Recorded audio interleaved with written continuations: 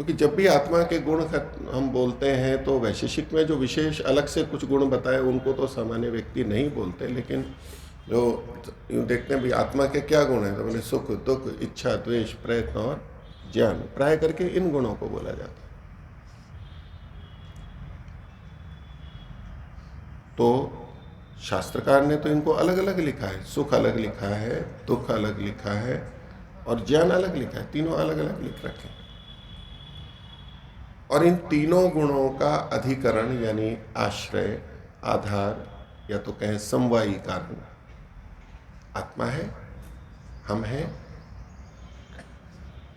गुण जिस द्रव्य में रहते हैं वह द्रव्य उन गुणों का समवायी कारण कहलाता है, आधार कारण कहलाता है। गुण द्रव्य में ही रहते हैं और जो गुण जिस द्रव्य में रहते हैं वो द्रव्य उनका समवायी कारण कहलाता है। और दोनों के बीच में संबंध है वो समवाय संबंध है। तो ये सुख दुख और ज्ञान आत्मा के संदर्भ में जब देखते हैं तो ये आत्मा में रहते हैं, ठीक है। तो इनमें भिन्नता है या नहीं है, बोध ही तो है, तो एक जैसे प्रतीत हो। ज्ञान से भिन्न क्या है, तो ये चर्चा वहां उन्होंने चलाई और उसका समाधान का प्रयास किया। वैशेषिक दर्शनकार मानते हैं कि ये अलग अलग है, अलग अलग ही है। सुख और दुख अलग अलग है, पहले तो ये समझ लें हम। फिर सुख और दुख को ज्ञान के साथ देखते हैं कि वो अलग है या नहीं है, और अलग है तो क्यों है। हमें तो समान दिख रहे हैं ना, ये अनुभूति ही तो दिख रही है। हम भेद बता सकते हैं क्या, अभिव्यक्ति। जबकि सुख हमारा इतनी बार लिया हुआ है, दुख इतनी बार है और ज्ञान भी हमारा बहुत है, लेकिन तीनों में भिन्नता क्या है, वैधर्म्य क्या है। तो पहले सुख और दुख की दृष्टि से देखते हैं। तो यूं तो हम सुख और दुख को भिन्न मानते हैं, सामान्यतः पूछेंगे तो यही कहेंगे। फिर कई जने कहते हैं कि किसी व्यक्ति या वस्तु या क्रिया घटना को देख करके कोई सुखी होता है और कोई दुखी होता है। ये भी हमारा प्रत्यक्ष है ना, देखते ही रहते हैं। तो फिर सुख और दुख क्या हुआ। अगर सुख है कोई तो फिर सबको सुखी सुखी लगना चाहिए उससे, और दुख है तो सबको दुख ही लगना चाहिए। यथार्थ तो तभी होगा कि ये पंडाल है, ये यज्ञकुंड है, तो सबको यज्ञकुंड ही लगना चाहिए। वो आकार प्रकार जो है वैसा ही लगना चाहिए। ये दीवार बनी हुई है, 3 मेखला है, तो 3 ही दिखनी चाहिए। वो ऐसा नहीं होना चाहिए कि कोई कहे कि नहीं यहाँ तो कुछ नहीं है, सपाट है। ऐसा नहीं हो सकता। अगर ऐसा है तो मिथ्या ज्ञान है अथवा कल्पना है लोगों की। किसी ने कुछ मान लिया, किसी ने कुछ मान लिया, वास्तविकता पता नहीं। तो जब किसी व्यक्ति, वस्तु, घटना, परिस्थिति को देखते हुए या उसके पास उपस्थित होते हुए एक व्यक्ति सुखी होता है और एक व्यक्ति दुखी होता है, और जो सुखी होते हैं उसमें भी बहुत भेद होता है। कोई कितना सुखी होता है, कोई कितना होता है, कम और अधिकता देखी जाती है। और यही दुख में भी कम और अधिकता देखी जाती है। तो यदि वास्तव में सुख और दुख होते तो एक जैसे होने चाहिए थे ना, यथार्थ होने चाहिए। और इस भिन्नता को देख करके ये कह दिया जाता है कि सुख दुख तो अपनी मर्जी की बात है। इसने सुख मान लिया तो सुख हो गया, इसने दुख मान लिया तो दुख हो गया। तो अपने मानने की बात है, वास्तव में तोड़ना है। जैसे पूछें कि परमात्मा का क्या स्वरूप है, संसार में जैसा प्रचलित है उसे कोई ये मानता है, कोई ये मानता है, कोई ऐसा मानता है, कोई ऐसा मानता है। तो इसका मतलब क्या हुआ, परमात्मा का कोई अपना स्वरूप नहीं है। जिसने जो चाहा वैसा देख लिया और वैसा मान लिया। जो स्वरूप जिसने चाहा मान लिया, कल्पना है अपनी अपनी। यदि परमात्मा होता और एक ही जैसा होता तो सब एक ही जैसा तो मानते। ऐसा जो तर्क या कहें कुतर्क रखा जाता है कि वह किसी को भी हो सकती है। तो जैसे वहाँ एक वस्तु के होते हुए भी जो भिन्न भिन्न लोग मान रहे हैं, बोले तो इनकी कल्पना है, जिसने जो मान लिया मन मर्जी की बात है। तो ऐसे ही सुख दुख भी मन मर्जी की बात है, वास्तविकता नहीं है इसमें कुछ। सुख और दुख क्या है? कल्पना है, और इसके आधार पर भी बहुतों का अध्यात्म चलता है। मानो तो सुख, न मानो तो सुख नहीं है वो, मानो तो दुख और नहीं तो कुछ भी नहीं। अर्थात हम अपनी कल्पना करके सुख और दुख से युक्त होते रहते हैं अपनी कल्पना से। तो दुख से बचने का क्या उपाय होगा? अपनी वो कल्पनाएं छोड़ दो। जबरदस्ती कल्पना करके दुख ओढ़ लिया है हमने, वास्तव में थोड़ा है दुख। हमने अपनी कल्पना करके दुख ओढ़ लिया है, वास्तव में तो है नहीं। तो कल्पना को छोड़ दो तो दुख समाप्त। ये उपाय बताए जाते हैं ना, आपने भी सुने होंगे सब जगह। और इसको लेकर के पूरा अध्यात्म है कि पूरा जीवन की सफलता कैसे हो कि बस अपनी कल्पनाओं को छोड़ दो, खत्म बात है, तो सुख दुख से मुक्त। अर्थात सुख दुख तो काल्पनिक बात है, वास्तव में कुछ नहीं है। तो पहली बात तो ये कि सुख और दुख की अनुभूति वास्तविक है हमारे को।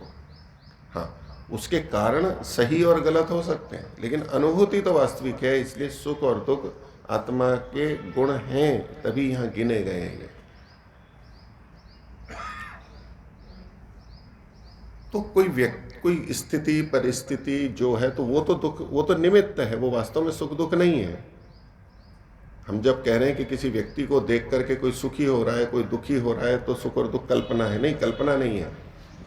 व्यक्ति तो वही है ना, उसमें तो निश्चय है कि वो कैसा है, या घटना तो वही है जो सब देख रहे हैं, एक ही बात है। अब किसी को उस घटना से, उस व्यक्ति से प्रतिकूलता का भान होता है तो वो दुख लगेगा, और किसी को उसमें अनुकूलता का बोध होता है, अनुकूलता समझता है वो, तो उसको अच्छा लगता है, उसको सुख होता है।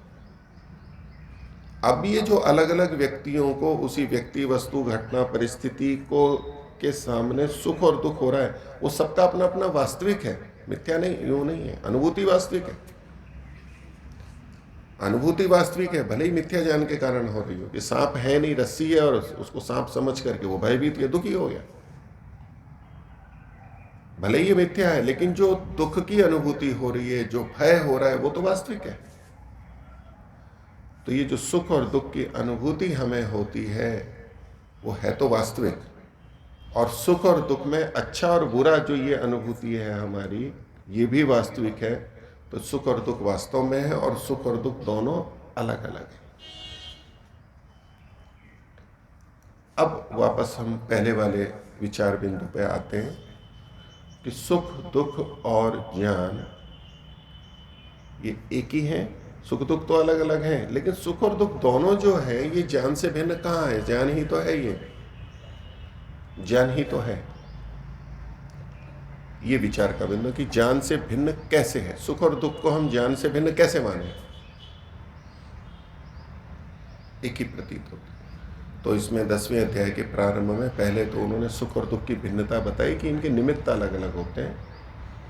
हम अनुकूलता प्रतिकूलता भिन्न भिन्न अनुभव करते हैं, इसलिए सुख और दुख भिन्न भिन्न है। दूसरा उन्होंने समझाने के लिए वैधर्म में बताया,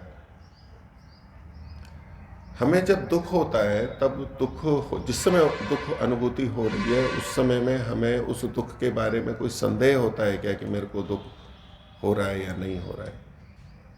निश्चय होता है, दुखी है तो दुखी है, हो रहा है दुख, सुखी है तो सुखी है, प्रतीति हो रही है हमारी। लेकिन ज्ञान के संदर्भ में हमें संशय भी होता है किसी वस्तु का, ये वस्तु है या नहीं है, मेरा ज्ञान ठीक है या नहीं है।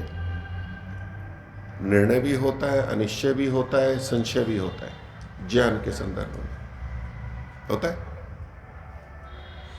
तो उन्होंने एक तो अंतर ये बताया कि सुख और दुख यद्यपि ये वेदना है, संवेदना है, अनुभूति है, लेकिन ज्ञान से क्या भिन्नता है? ज्ञान तो संदेह भी होता है, निर्णय भी होता है, अनिश्चय भी होता है, लेकिन सुख और दुख की जो हमें अनुभूति होती है वो निश्चयात्मक होती है हमारी।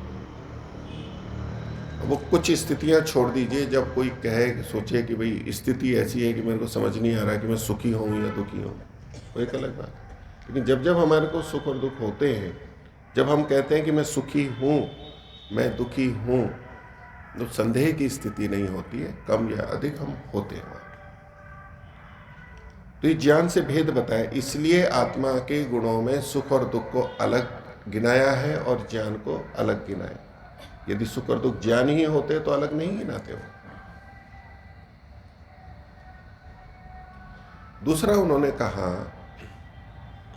कि हम सुख दुख होने की प्रक्रिया को देखें और उसके साथ ज्ञान को जोड़ते हुए उन्होंने कहा कि सुख और दुख तब होते हैं जब उससे पहले कोई ज्ञान होता है हमें। सुख और दुख कब होते हैं? जब उससे पहले कोई ना कोई ज्ञान हो। वो ज्ञान चाहे प्रत्यक्ष हो, अनुमान से हो, कैसे भी हो, सुन करके हो।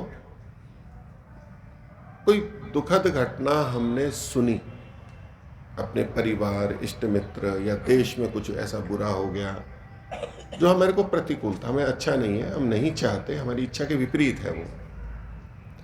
तो पहले हमें ज्ञान होगा, सूचना मिलेगी, हम देखेंगे या सुनेंगे या किसी भी तरह से, और उस ज्ञान के बाद में सुख या दुख जो भी होगा, तो सुख और दुख की जो हमारी प्रक्रिया है, हम इतना अनुभव करते हैं, उसमें कहीं भी देखेंगे तो कुछ ना कुछ पहले बोध होगा, ज्ञान होगा, उसके बाद में हमें सुख और दुख की अनुभूति हो, संवेदना होगी पहले, दूसरी ज्ञान होगा।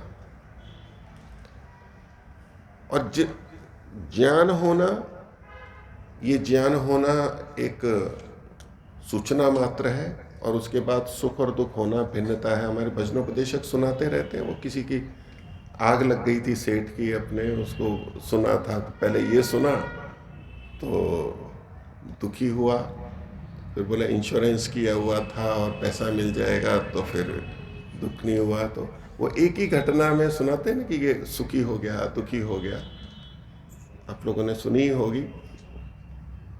अर्थात जो सूचना आई, वो एक सूचना आई, फिर सूचना पे हम, यद्यपि हमें लगेगा ये कि जैसी सूचना आई वैसे ही हम सुखी और दुखी हो गए, लेकिन होता क्या है कि वो सूचना आई न, बहुत तीव्रता से उसका विश्लेषण हुआ, मन बुद्धि से विचार हुआ, हमने हित और अहित या लाभ या हानि सोच लिए, उसी समय समझ लिए, सही या गलत जो भी। तो जब हम उसको हितकारी ये समझेंगे, उसके बाद में सुख उत्पन्न होगा और उसके बाद में ही दुख अनुभव होगा। तो जो ज्ञान होता है वो प्रत्यक्ष आदि प्रमाणों से होता है, और उसके बाद में सुख और दुख की अनुभूति होती है, उसके बाद में जुड़ते हैं। और उसी सूचना के रहते हुए थोड़ा बहुत परिवर्तन होने पे हम सुखी दुखी बदलते हुए अपने को पा सकते हैं।